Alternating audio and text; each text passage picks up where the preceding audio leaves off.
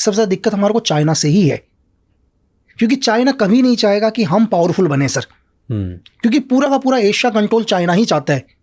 ये आप अभी से मत देखो, अगर आप 1955 के अंदर देखो तो आप ज़ियाओ लाई जो चाइना के उस टाइम प्रीमियम थे, हमने एक बांडुंग कॉन्फ्रेंस करी उस टाइम, अगर आपको पता हो, एक बांडुंग कॉन्फ्रेंस हुई थी। एक्चुअली क्या होता था, जब सेकेंड वर्ल्ड वॉर के बाद, जब सेकेंड वर्ल्ड वॉर खत्म हुआ 1945 के बाद, हम लोग 47 में हम फ्रीडम हुए, 49 में चाइना हुआ, और उस टाइम दुनिया में दो ही सुपर पावर देश थे सर, एक यूएसएसआर था और दूसरा अमेरिका था। ये दोनों पावरफुल बन रहे थे।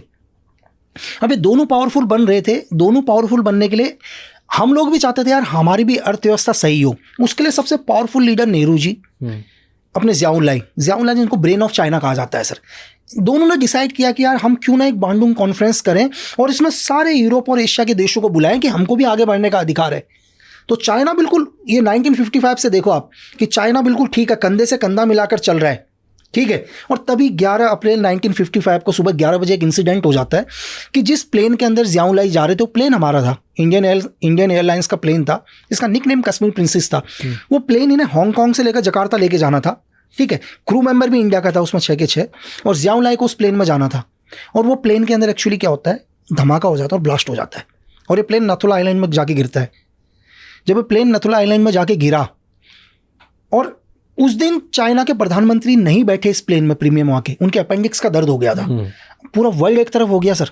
पूरी दुनिया ने क्या बोला कि हिंदुस्तान को आप एक टेररिज्म देश घोषित करो, क्योंकि इंडिया क्या करता है, बोलता तो भाईचारा है करके कि मैं भाई हूं करके, और ये चाइना के प्रधानमंत्री को मारने की प्लानिंग करता है करके, ठीक है।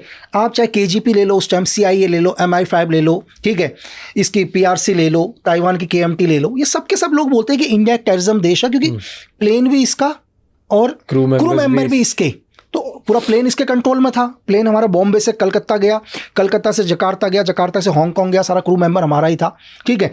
और प्लेन के अंदर बॉम्ब भी इंडिया ने रखा। क्यों रखा? क्योंकि हिंदुस्तान एशिया में पावरफुल बनना चाहता था, एशिया में पावरफुल बनना चाहता था। क्या करें नेहरू जी, पूरे वर्ल्ड एक तरफ हो गया, तो हमने, अब हमारे पास एक ही चारा था कि हम कैसे भी अपने आप को इनोसेंट प्रूफ करें सर। चाइना ने उसमें भी बोला कि यार, चाइना दो तरफा गेम खेलता है। चाइना नेहरू जी को बोलता है कि नेहरू जी मैं तो आपके साथ हूं करके, है ना, और मुझे लगता है कि ये धमाका आपने, मुझे लगता है कि ये धमाका आपने नहीं किया, लेकिन मेरी एजेंसी बोलती है कि धमाका आप ही ने किया है।